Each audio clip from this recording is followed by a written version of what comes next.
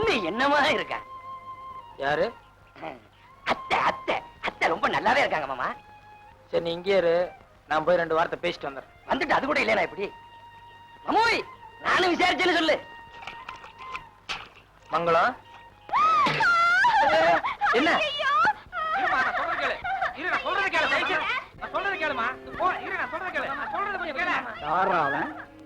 நம்ம ஏரியாவுக்கு வந்து நம்ம பொண்ண கைய பிடிச்சு இழுக்கிறது யாரோ அசுலூராம் போல இருக்க வாத்தியார.